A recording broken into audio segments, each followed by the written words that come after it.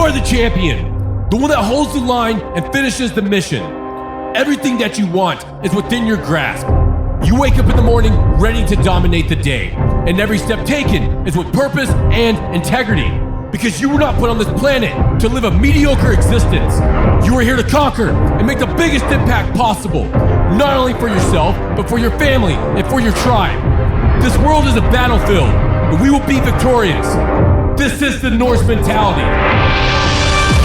What's up, guys? I hope that you are having a glorious day. Today, I'm sitting down with Norse athlete James Gibbs. Say what's up, James. Hey, what's up, guys? So James was in town yesterday competing at OSG qualifiers, which is official Strongman Games qualifiers for the big leagues, the big competition coming up. And since you were 10 minutes down the road, I was like, all right, well, we need to do a podcast with James. And James does all kinds of shit. So James has done powerlifting. James has done Strongman. James has done Highland Games. He's done all kinds of it. You're an ex-Marine as well, right? Yes. Okay, so how did yesterday go at the competition? Yesterday went really well. It was a big learning curve. My first official Strongman Games regional championship. So it was kind of a starstruck by some of the guys that were there. So this is like one of the bigger competitions you've done. This is it one was of the stacked largest. Yesterday. Yeah, one of the largest for me. And then the weekend prior for United States Strongman Nationals, my first year there as well. Oh yeah, you competed last weekend as well against too. A lot of heavy hitters. Absolutely, yes. Wow. Stacked. But yeah, this was big for me. Yesterday went really well though. I got sixth place overall. Went into it with some injuries and things like that I knew were there. But hey, you got to come out and support the Strongman community because we're so small. Right. So try to stay up there, stay relevant, and not go out there and kill myself so I can go back to the drawing board and really train for next year. How did you get into Strongman? Strongman actually started through a good friend of mine. I met him at work a couple years ago after I got out of the military, and he was just lifting odd implements. And he asked me to come over to his house. I came over, and he had these giant concrete stones and natural logs and things like that, and I thought it was so cool. So I went out there picking up weird shit. Yeah, just picking up random rocks, throwing them on your shoulder, and I had a lot of fun with it. So I found my first competition, which is what ran me into Greg Popejoy. Okay, that's the Team Foundry guy. Yeah, Greg's a good big dude. Team down in Jacksonville, North Carolina, where I'm at. And I just took off from there. And so from the time you started training in Strongman, like you found Strongman from lifting weird shit at your friend's house. Yep. How long was it between learning about it and then signing up for your first competition? I would say it was about 6 months. I signed up for one that was on base in Jacksonville at Camp Lejeune. Okay. So that's pretty quick. I took fourth in that, and there was no weight class. So it was just overall just a bunch of big motherfuckers out there. I was lifting the heavy lightest. Shit. You were the lightest person there. You got fourth. I got fourth. Your first competition within 6 months of training for it. Yes, sir. That's pretty awesome. And you also only have like one lug, right? I don't know the whole story. We hear stuff, like at Norse, and it's like, James only has one lung. I'm like, what the fuck? So, and he kills it. Yeah, I go out there and I try to hang with these big heavy hitters and things. Sometimes it gets a little more difficult when it comes to medleys and things like that because it's so taxing on your lungs. So you need all that oxygen. With me, I sit and hover around 95 to 96% oxygen at rest. I get into the high 80s when I'm really moving heavy weight, like 275-pound bags for 100 feet. Start doing things like that, you see my oxygen levels drop, and I have a tendency of passing out because of it. So, have you passed out during competitions? Yeah, I was on my 14th rep at the Team Foundry Classic last year, and I was 14th rep at 455 on the Strongman squat. And just blacked the fuck out. I just went out cold. Wow. Woke up 8 seconds later. How many did I get? So what's the story behind the lung? So the lung happened. I was 13 years old, so I don't have anything cool like military-wise. Yeah. I didn't get shot in the chest when I was in Afghanistan or anything. But I was 13 years old. I was getting ready to go out and shoot before a basketball game. Grew up in Tennessee, so obviously guns were like second nature to us. We killed things to eat type situation. Right. But negligent discharge went off, hit me in my right chest, and where it hit the pulmonary artery. So they came in, took me out of the house, and I kept waking up because they would turn me upside down on the stretcher to go down the stairs. And I would wake up because the blood would rush my head. And every time I woke up, I grabbed the guy that was next to me or whoever was next to me. Didn't even know if it was a guy. Yeah. And I called my dad because I knew he was on the way home and I was getting the guns ready. So that stuck to me. Woke up once there. They pronounced me dead twice on life flight. You were 13? I was 13. They pronounced me dead 2 times on life flight on the way to Vanderbilt Hospital in Nashville. And then 1 time in the ambulance before I got to life flight. And then they pronounced me dead twice while in surgery. I have 5 time of death cards that have been written. Fuck. I was dead for over 2 minutes at a time, multiple times. A lot of stories behind that too. Probably a whole nother podcast, but that would be like, let's believe in aliens and ghosts.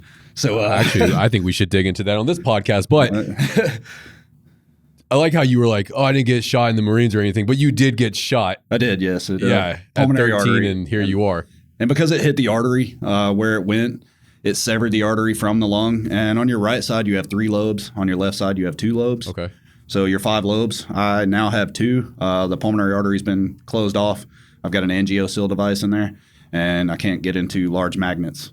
Okay. Like MRI machines and things like that, because it'll possibly rip it out. Did that ever mess with you? Because, I mean, that's a young age, right? And that's really like when we're shaping our identity as, preteens and stuff like that. To a certain extent, you're no longer a child. You're starting to become someone else. Now you're someone with a lung that doesn't work. Did that ever, hold you back at all? Thinking, I'm not going to be able to do this because I only have 1 lung? Or did that ever go through your head, or was it never even an option? So for me, I'm so competitive that I almost feel like that it helped me in that way. So after I got shot, everyone was like, oh, well, he can't do this because he's missing a lung, or he can't do that because he's missing a lung. Oh, he can't breathe, so he can't do that. I took that and I ran with it. And I was like, you said I can't do it, so I'm going to do it. So other people around you were trying to shove this victim mentality down your head. Like they were trying to make you feel like a victim. And luckily for you, your personality, you didn't accept it. Refused it. That's amazing. Yeah, so I refused to be coddled. Right. So no one was going to coddle me. I got shot December 9th of 1999. Okay. And I rode a bicycle out of Walmart because my dad, it was right before Christmas. I was in a coma for 10 of those days. Came out, had 3 chest tubes, 178 staples in my back to close up where they spread my ribs and took the lung. Went through everything. They said I had to walk 3 laps around a hallway on the 4th floor of Vanderbilt. And if I could do that, they would let me go home. It took me 3 days after I came out of a coma to get home. Wow. So Dad took me to Walmart. He bought me a brand new bicycle because that's what I wanted. And with that, I refused to walk it out. He wanted me to let him walk it out. And I was like, no, I'm riding it. Wow. So I rode it out of Walmart in the snow. Where did that come from? So like I said, you were young and you already had this mindset fuck you, I'm going to prove everybody wrong. Yeah. Where do you think that came from? Is that something your dad instilled in you? Or is it just your personality since the very beginning? Where do you think that is a result? I think I was molded by my dad. Is he similar? My dad was... Is he similar? Very. He's very similar to me. My brother's the same way. We grew up very, very close. And my dad grew up with us because he was young when he had us. I mean, he was... I think Dad was 24, 25 when he had me. Okay. And because of that, he never got to be a kid because his dad died when he was 13. So he had to be the man of the household. So he had to be the man, and they worked tobacco patches and all that growing up in Tennessee. Wow. So he had to quit school, didn't graduate high school, anything. So because of that, he was very hard, and he pushed that onto us. It was always yes, sir, yes, ma'am. Very hard life. We ran 3 karate schools all growing up. So Shotokan and Budo Jiu-Jitsu. When I was 11, 12 years old, I was running classes for Shotokan. Wow. So with that, it was one of those very well disciplined, very well respected, all elders, things like that. And there was no give up. And it was never taught to me to be weak. Yeah. So I guess it's just me, who I am. Yeah. And definitely very confrontational and not ever going to be seen as weak. That's awesome. So, I mean, I didn't know about that you guys did martial arts schools and stuff. Yep. Did you ever compete in martial arts? We did. We did a lot of sparring tournaments and things like that. Yeah. Grew up doing that. I was not allowed to not be there because we were running the schools with Dad. Yeah. So, that really instilled who I am today. Yeah. And it's just the no give up mentality, and you just run with whatever happens. Go with the flow. I almost hate that because I have a kid and I'm always wondering I know that it's so important. Like these little things can shape who she's going to become in the future. That's why I really wanted to ask you that. Is for myself, is like, was this just how you were? Is this something that like your parent, your dad helped for sure reading you or whatever it was? But that's absolutely amazing. And I think it's something for everyone listening. Like if you have kids and stuff, like you need to make sure that you're instilling these principles and discipline and stuff into them. Like you don't have to be a complete hard ass, of course, like still have fun with your kids and stuff, but also like realize that your job right now is to shape this person into being like the best individual possible down the road. Yeah. In your situation, it was your dad being like, we don't give up. We're disciplined, all these different aspects. It's my last name. It's almost like it's a legend in my hometown, really, because it was a small town. A lot larger now, obviously. I mean, I'm 36 years old. I've grown up. Yeah. But the town grew, and myself and my brother and my family grew. And with that Gibbs mentality is what we call it. Gibbs mentality. So it's you're a Gibbs, so you're not going to fail. You're a Gibbs, you can't quit. I think we've definitely lost that too as like a culture now, because I feel like everyone used to be like that. Right. 100 years ago, it was everyone. I mean, when I was growing up, it was the same way. Like, you're a Lewis. That's right. You're a Lewis, and I don't really hear that anymore. There's almost like there's not there's no pride in your last name anymore, like where your family came from and all this different stuff. It's just, we've almost lost touch with that. Something that has been so important through tribes and all these different things for thousands of years. Yeah, it's, now for the first time, like you almost don't see it anymore. It's almost like the last name has no meaning. I don't believe nowadays that anyone's trying to leave a legacy as we used to. Yeah. So our fathers and the fathers before them and the fathers all the way back, they were trying to instill in their sons to make their names so hard and so just heavy when you hear it, that it either instilled some type of fear in the other people that heard it, or it instilled some type of respect that they should give you because of your name. Well, you have to have those things in order to survive in this world. Right. In all reality. And I wonder if that's why we've lost touch with it, is because we live in a society now where it's just so comfortable and easy, and we've lost touch with like how the world really works, like the animal kingdom, the competitiveness of that, where if you're weak, you die. It's just survival of the fittest. Right. And now it's not like that anymore. You can be weak and you can actually like kind of have a decent life, I guess. I mean, in terms of resources, back in the day, if you're weak, you didn't have resources. And if you were weak, they kicked you out of the fucking tribe. But now there's no importance of that anymore. No, but back in the day, it's exactly what you said. You wanted your name to be so powerful that if someone else heard it, they're like, oh shit. Yeah, okay, don't fuck with that dude just because of his last name. But it's because your family before you put in the work to make that a reality. Right. I mean, it's even the same with like Viking culture. Like the whole thing was doing as much possible in this life to leave that lasting legacy. That way your name is sung for thousands and thousands of years and all that stuff. And we don't talk about it anymore. But it's something that I think about a lot, because you have an opportunity now to leave more of a legacy than ever before. Like this podcast right here, this is part of my legacy. Right. Yeah. I hope that my great-grandchildren go back and listen to this. And it's something I think about pretty often. And they can see. Right. Like they can see old Grandpa Andy, great-grandpappy Andy shooting the shit with James. Showing their kids. 100 years ago. Right. And yet we don't try to. Or what's even worse is social media now, right? People, you have grown adults doing absolutely ridiculous shit in order to get likes and comments and attention and stuff, especially grown men making asses of themselves. Yeah, I don't want to be a legend that way. No, that's the thing. You won't be, but that's how they will be remembered. That's right. And we've lost touch of that. How are you going to be remembered? Because each action that you take is shaping that. Like the clock is always ticking, and every action that you take right now is how you're going to be remembered by other people. Do you want to be remembered as that dude that's fucking dancing wearing a dress online because it got some shares? Or do you want to be that person that's actually like being a strong-minded individual, busting ass, conquering life, and that's what he's known for, is someone that just really got after it? And that's a decision that people have to make, but it's not something that we talk about anymore. So it's not even something that crosses people's minds. I think it's got a lot to do with society nowadays and the way that people have been raised, because you don't have that mentality of let's leave a legacy of our last name.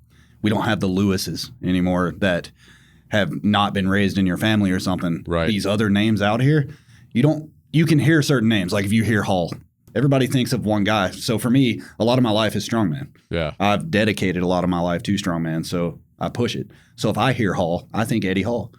Right. If even thinking the whole abandoning the modern culture, Right. that's exactly what we need to do with anyone that wants to leave a legacy. Because if we get away from that social media, like I'm not big on social media. Everybody's going to be able to look up anything I look at right now or say on this podcast. They're going to be able to look me up and see that I have like 700 followers, and I know most every one of them. Yeah.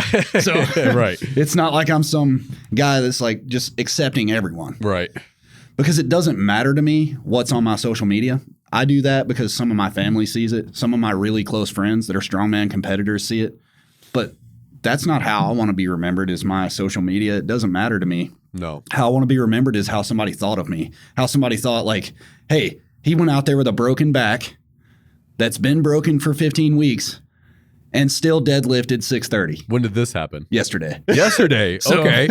So not only did you killed yesterday with one lung, but you also deadlifted how much? 630 was the final bar. I didn't hit 680. We had 50-pound jumps. But I made it through the ladder. With a and I broken didn't even back. expect to do that because I tore both my erectors 15 weeks ago. Holy shit. So I'm still in that healing process. What I love about that is that I had no idea, and yet I keep up with you pretty often because, like I said, like you're a Norse athlete. I had no idea about that, but that's because you don't put it out there. Like you're not. I don't need to be coddled. Right. You're not telling everybody, I got this issue, I got this issue. Like no one is aware of it. You're just putting in the fucking work to the best of your ability with the circumstances that you were given. Right. And I still placed 6th out of, I believe there's 14. We kind of cut it down to 12. I think one guy didn't show up. Yeah. And one got hurt. So, I mean, middle of the pack with a jacked up back. Yeah. That's awesome, man. I like that though, where you want to be remembered by what you did. Right. Right. And it's not what you did on social media or anything like that. It's like what you accomplished in the real world. It's who I am as a person. Right. I want people to remember me as a person and how I was, how if I know you and you're my brother, I'll give you the shirt off my back in the dead of winter. So the reason you're here right now actually is because John met you at that competition you passed out at, I think. Right. Yeah. He was there for that and saw me go to sleep. I think that was the first time that he met you, and he came home and he was talking about you because you left an impact on John. Right. John usually doesn't waste my time telling me about people because he knows that like really I don't give a fuck. But John was like, this dude, like he's awesome. Like he was running with the sandbag, like making a show, like he has tongue out, like smiling at the kid, just like his personality was out there. And you left enough of an impact on John for him to come back here and be like, Andy, like you need to, I think that you and this guy would get along really well. But that goes back to what you were saying. Right. That's something that you did in person with someone else, and you weren't even trying to. You were just being you. You were being the authentic you, and you left an impact on someone's life because of that. Exactly. And I think that's how everyone should be. Anyone that listens to this podcast even, they need to stop worrying about what other people are going to think about them or what they look like every day, because it really doesn't matter. Because for me, in my eyes, if someone doesn't like me, it's their fault. Yeah. Because they're obviously not liking me for some reason that I'm not going to change for them. It's their issue. Yeah, exactly. That's if their you don't issue. like me, it's your fault. If you don't like what I have to say to you, that's your fault, because I'm going to be honest, I'm going to be straightforward, and I'm going to tell you how I feel. Well, we have this idea now as well that everyone needs to like us. Everyone needs to like us. Everyone needs to agree with us. And if you don't agree with us, fuck you. You're going to get canceled. All of this different shit, right? And it's like, no. I have enough friends. I don't need any more. Yeah, exactly. Like I don't give a shit if I meet another new person at all. Like, of course I'm going to, and I'm sure they're going to be awesome and all that good shit. But at the same time, you have to let that go. And that's something that even I've struggled with, probably because of social media for so long. I've been on it my entire life now, pretty much. But especially with this podcast in the beginning, it was nerve-wracking for me. Oh, I'm sure. Because I was talking about shit. And I remember when we started posting clips about the podcast, and people were getting on there. Yeah, everybody's going to be a hater too. Yeah, like there were people that were disagreeing and tearing me apart and saying some pretty hateful shit. And it did kind of get to me. But I still put it out there because I had to. And the reason I had to is because, like, okay, I know where I want this company to go. I know what I want my legacy to be. And I'm not going to allow these comments from these people that I don't know derail me from accomplishing what I want to in this life. Exactly. But I wonder if the reason that people get so upset about what other people think of them is because they don't have a clear objective about what they want to accomplish.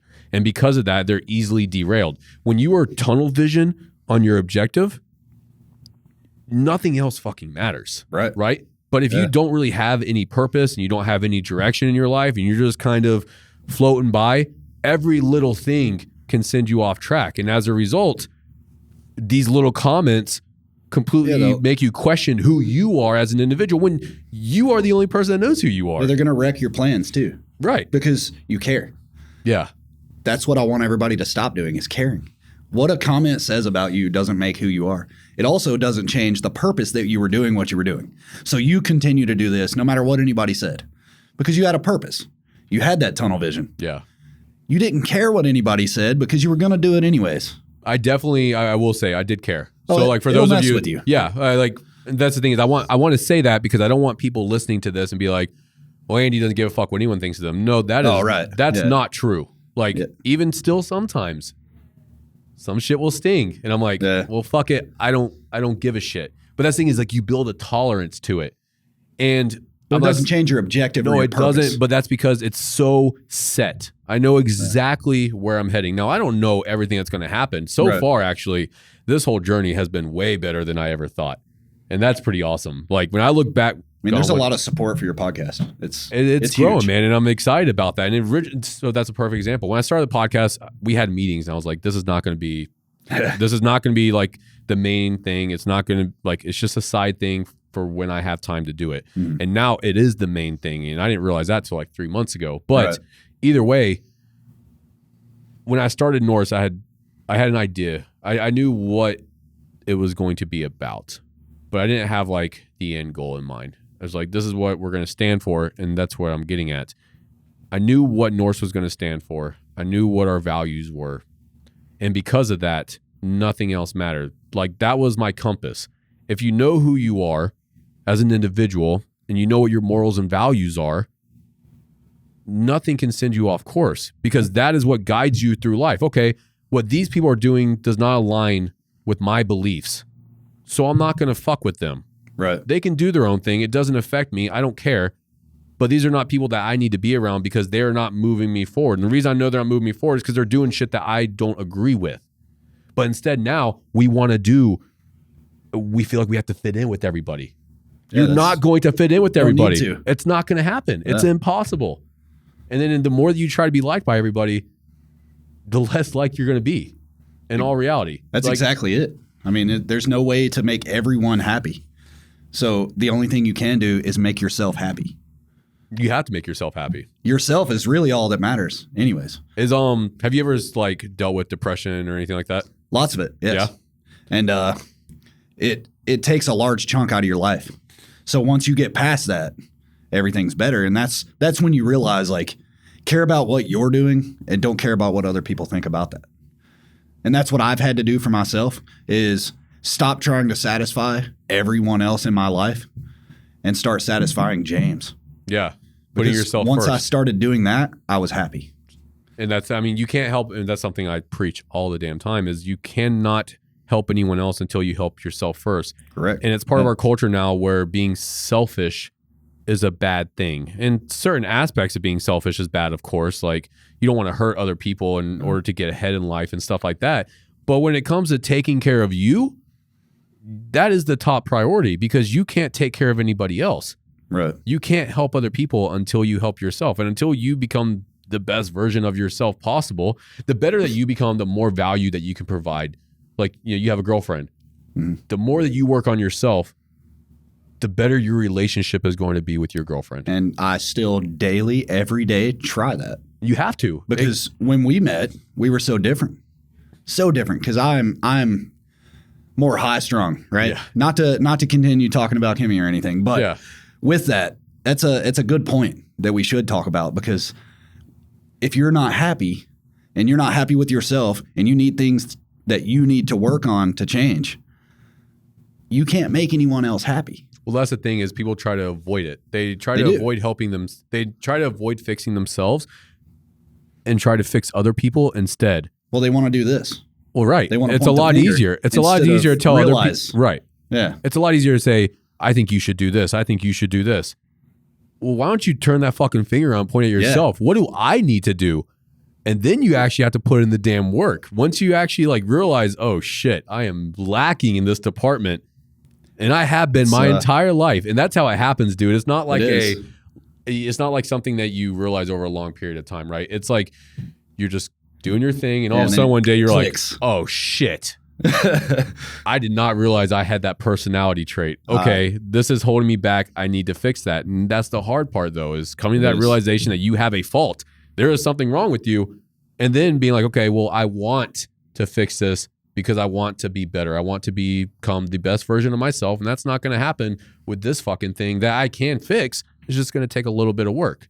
But it's a lot easier to be like, you need to fix this. You need to do that. You need to, fault. or blaming it on other people. My parents did this. My girlfriend did this. My friend did this to me. They didn't do anything to you. You allowed their actions to affect you at that level, which I've had to work through that shit too. Like I'm currently going through it. Right. That's the thing though. Is it clicked weeks ago and I'm still trying to that fix recently. things. Very recently. Yeah. But it was realizing that, okay, that happened. But only I can fix this. Right. And I'm so much happier than I was even a week ago. That's amazing. Because I'm starting to work on those things. Is it because you took responsibility? It is. Okay. It's because I realized, and it clicked like you're saying. It didn't happen over time. It was just like, damn, I am an issue and I need to fix this. So then once I realize that and I wake up every day thinking, this is what I need to work on today, it's helped. So is that what you do? So you realized very recently that you had this problem that you need to work on. Right. And now every day you're reminding yourself of it and being like, we need to work on this today. I try to stay conscious of my decisions throughout the day so I don't revert back to how I was even a week ago. So how do you go about doing that? Is there like, do you write it down, or is it just like when you wake up in the morning, it's just your first thought like, hey, don't forget about this today? A couple months ago, I was writing it down and it was a completely different issue. But it was actually, you remember when you sent out the Norse planner to me? Yeah. Well, it had the goals and everything section. And when I was sitting there writing in it, I was like, you know what? I've got some issues. It's because of the Norse planner? It was. Oh, wow. Because it sat me down and I was like, because I was trying to do my planning and my programming and things like that I'm getting from my coach and getting everything written down. So I know numbers and sets and everything just like anyone else would that lifts. Yeah. But I looked at that goals section and I looked at it very hard and I was like, I need to actually think for a second. And I started thinking, and I was like, I'm fucked up, bro. So a couple months ago is really where that started. And it was actually when I got your Norse planner. That's amazing. So, and I probably didn't even open it for the first 2 days because I was just so busy. Yeah. And it's hard for me not to be busy. Yeah.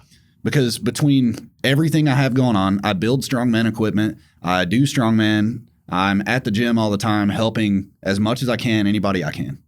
So on top of that, being able to sit down by myself and think about something for just a minute, just doing that by getting your planner helped me so much. It gets it out of your head. And I may not use it every day. I may not even use it every week. Yeah. But when I do use it and I read that goals section and I flip to that first page where I printed off some stuff that I actually needed to write down and I printed it off and I taped it right in the front.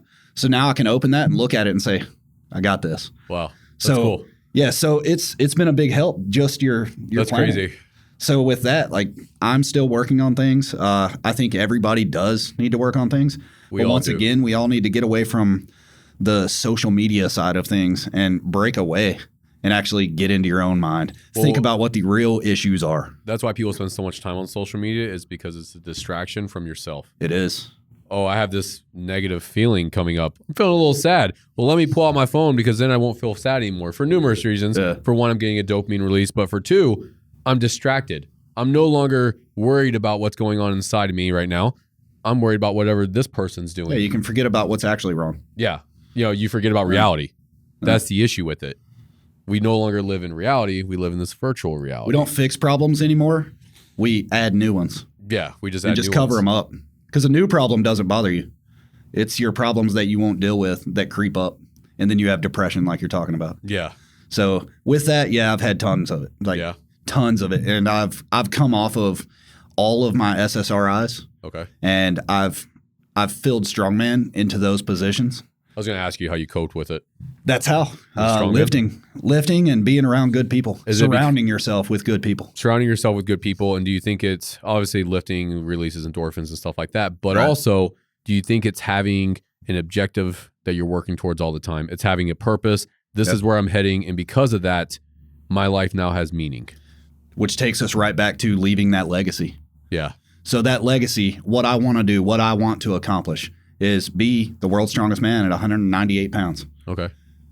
I'm a good bit from that. But you're working towards it. But I need to, I just need to jump back on the drawing board. Yeah. Focus on what's wrong and take these learning curves that I've kind of ran into and utilize that. And now I can train for that. So I've been humbled. And that's all there is to it. And really all I can do now is work on myself, fix it. A lot of my static lifts need to be fixed. And a whole lot of my energy is kind of dwindling right now. And I don't know why other than maybe it is depression. I need to sit back and think. It's funny that you say that because that's the main thing that I've noticed with depression is the lack of energy. You lose it. It's gone. And whenever you replace that though, like whenever you're happy, when you're filled with gratitude, all these different things, you feel on top of the world. Like you want to dominate everything in front of you, right? You want to conquer those goals. When you're depressed, you have no energy, right? Which is why, and I've been there, you've been there. And that's why when people tell me like, I'm in a rough place, like I get it. And I hate that for you because I know just how hard it is to even get out of bed in the morning to do anything. But it is setting one small goal. Maybe your goal, if it's really bad, is to just go for a 1 mile walk that day, right? I have not done anything. I've been in this house for the past week because my depression has gotten that bad. I need to do something. Well, I need to get outside. I need to get some fresh air. I need to get some sunlight on me. And I need to clear my head because sitting inside the house is not clearing your head. So you go outside. Yep. My goal is to walk 1 mile today because for the past week, I have not left this fucking house. It's making a change. It's making that change. That's it. And it's becoming, and then that's when that part of you is like, okay, awesome. We're doing something because you're depressed up here. You light a flame. Right. You light that flame. And then that inner part of you, that true self, the true you is like, fuck yes, we're rolling again. Let's go. Let's go. Yep. And then that's when motivation starts to come is because you get excited. We're doing something with our life now. Okay, awesome. But it's just setting those small goals and they don't need to be huge. That's where I think a lot of people mess up when it comes to this kind of stuff. Well, they get complacent. Well, they get complacent, but then they also set way too big of goals. It depends on where you're at. You know, like if you're not working out at all yet, the first step is just signing up at a gym. Right. Or just going for a run. If you haven't ran at all in 5 years, just go for a run. That's your first step. Yeah. Okay, awesome. Figure out where you're at. Baseline. Then once you have that baseline, then you can start stacking victories and all that different stuff. But that is the best way, at least for me, getting out of those ruts of depression is stacking victories. And that's why I have to start off every morning. I have certain things I do every single morning.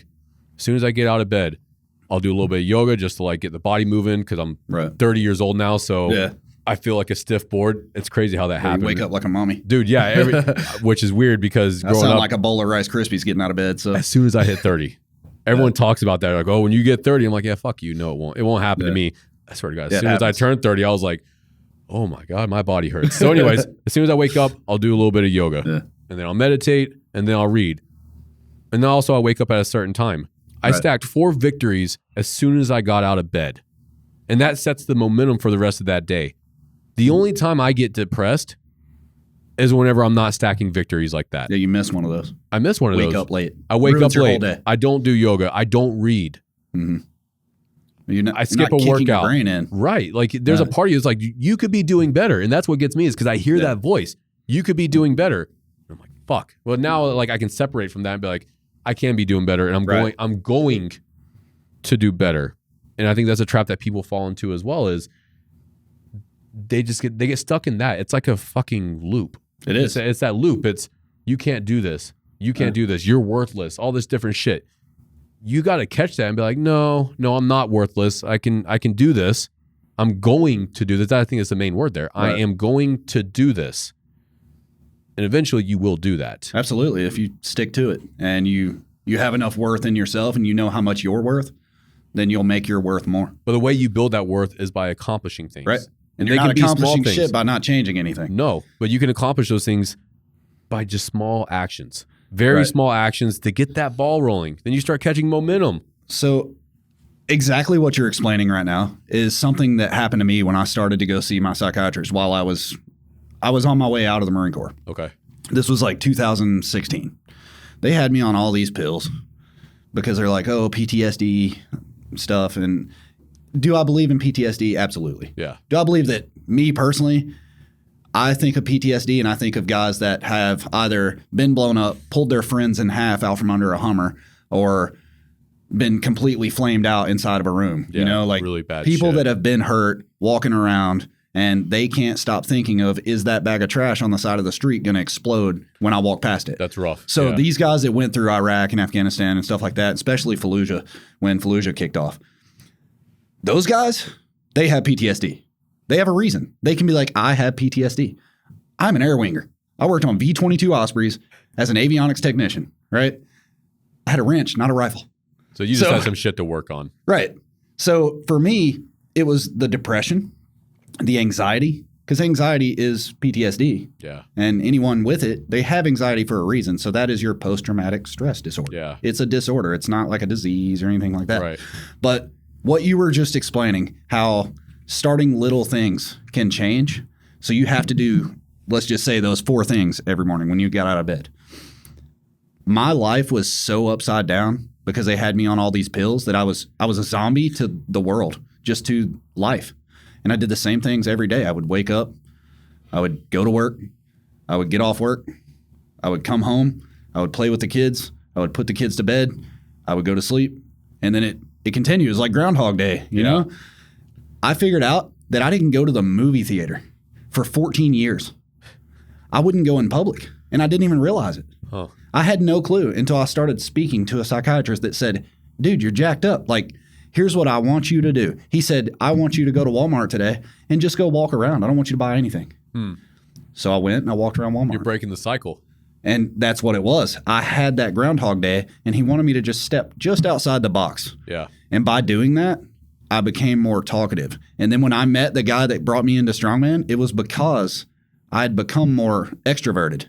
Okay. And I wasn't just sitting there saying I'm going to be a lone wolf for the rest of my life, you know? People take pride in that shit. And it's I'm sure you know plenty of people that take pride in this do. whole lone wolf mentality. And it's not holding good them back. for you. It's holding you back. It's a terrible life. Like the better people that you have around you, the better you're going to be. We all need to be extroverted in some way. In some way. Like I have to force myself. I really do. Yeah. Like I love, especially the past 2 years, man. Like the more I've worked on myself, the more I love being alone.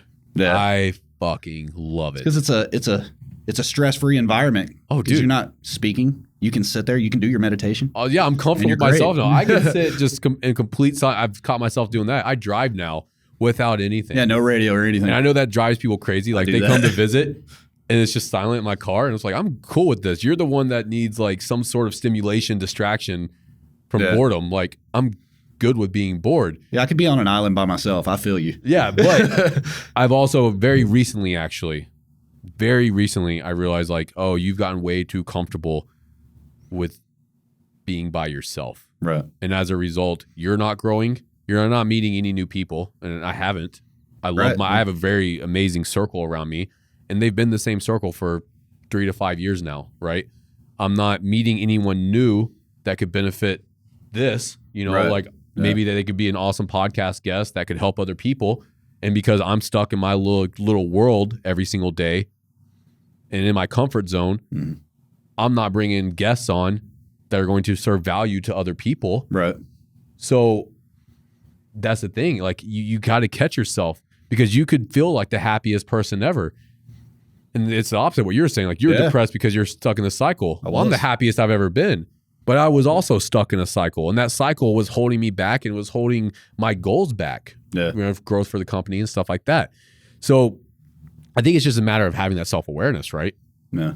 But like we said earlier, that doesn't happen overnight. Or it does happen overnight, but it's not like drawn out. It's just you, all of a sudden you're just like, oh shit.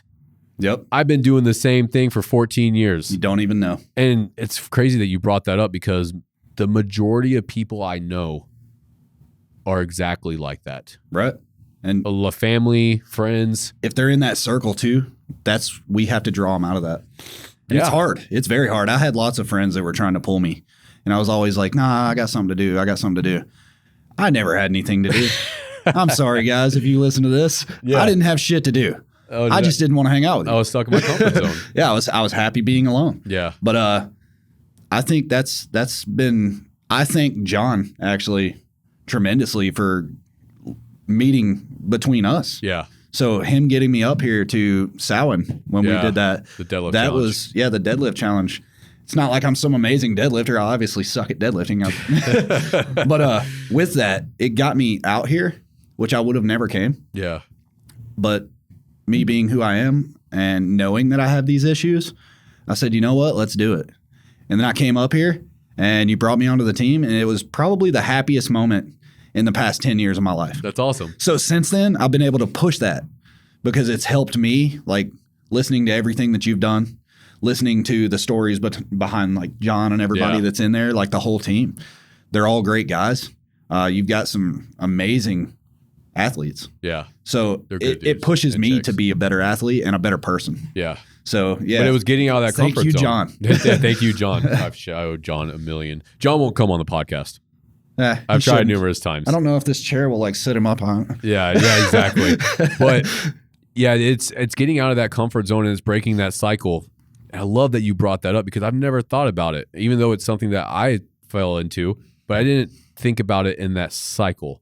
Right. And I wonder, because now my gears are turning, right? Yeah. I wonder This is when the podcast starts. Right, this is where the podcast starts. 41 minutes in. Yeah. But I wonder if that makes us depressed because it's not how we're supposed to live life. That's a very modern way of living life. Doing the same routine shit every single day, no excitement. 500 years ago, even, not that long ago, shit could get turned upside down really fucking quick and you just had to like adapt and survive. Either if it was like you're farming and all of a sudden some wolves or wildlife or whatever comes out and like threatens you, this neighboring tribe just decides to show up and fuck up your world because they want your resources. Or you haven't eaten for a week and can't find anything to kill. Right, exactly. Like your life, now we get the luxury of, we know exactly what, especially like in our world, we know exactly what we're going to eat at what time every single day. And if you don't, you jump on Grubhub. Yeah, and you just get it, right? It's just, we go to the store 10 minutes down the road, whatever it is. But that's a very new way of living. And it's just like most things. We don't know how to deal with it. Like on a subconscious, on a human being level, whatever it is, we do not know how to deal with the same routine shit. And why should we? That is such a boring way to live life. Doing the same exact shit every single day for the next 50 years. And then guess what? You're fucking dead. It's all over. You did nothing. You get one life. You did. Well, unless you're me, I got 6. But either way, you get one. Like you get one chance to live until you die. And you're going to do all this same routine shit.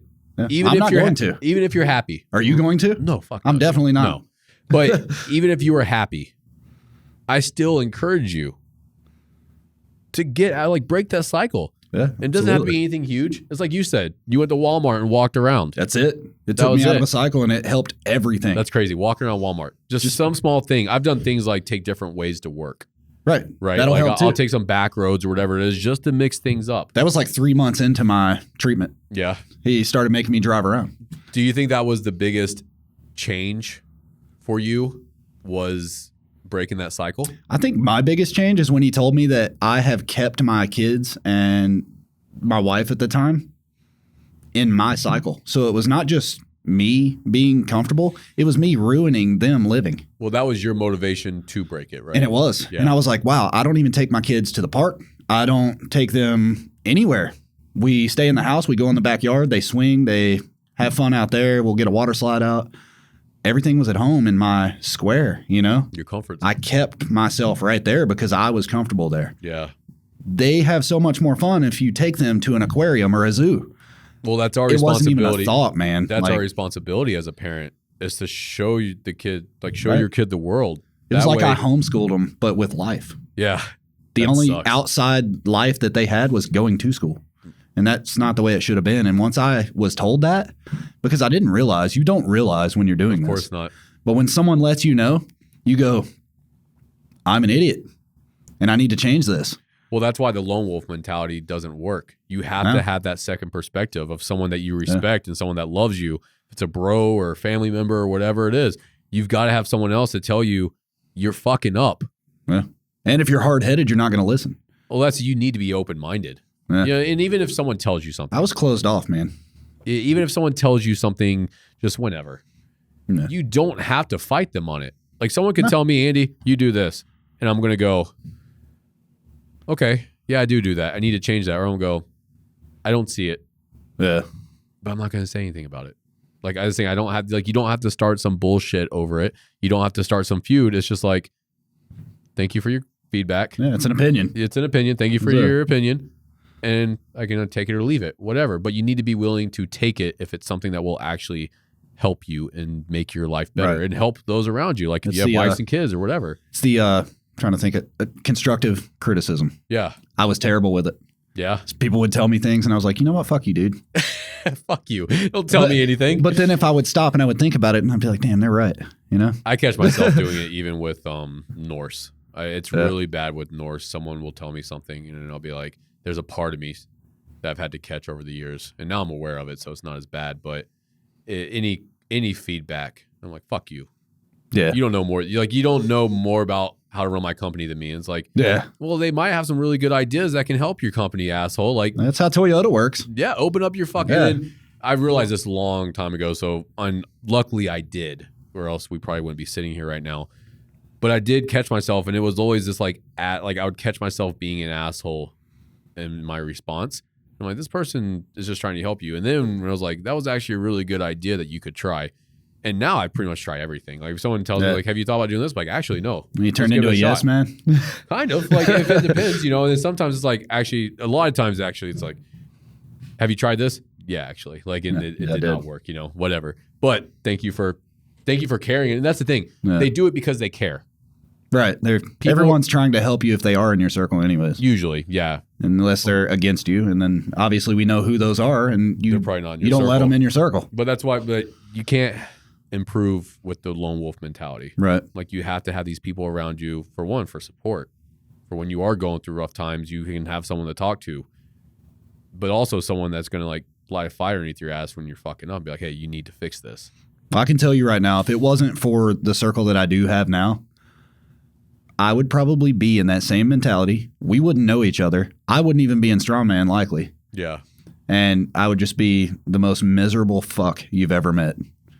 Because that's how I was. Right. So luckily, a psychiatrist, me getting out of the Marine Corps and like having all the depression because of that, because I didn't want to get out. I mean, I wanted to stay in, but medically I couldn't.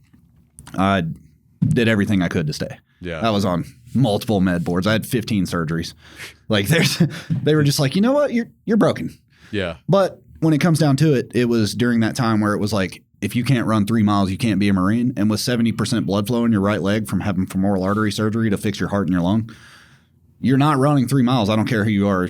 A superhuman's not doing it because there's no blood flow to get to the leg. Yeah. Once you run a half mile, your shit goes dead and it's going to lock out. You can't use it.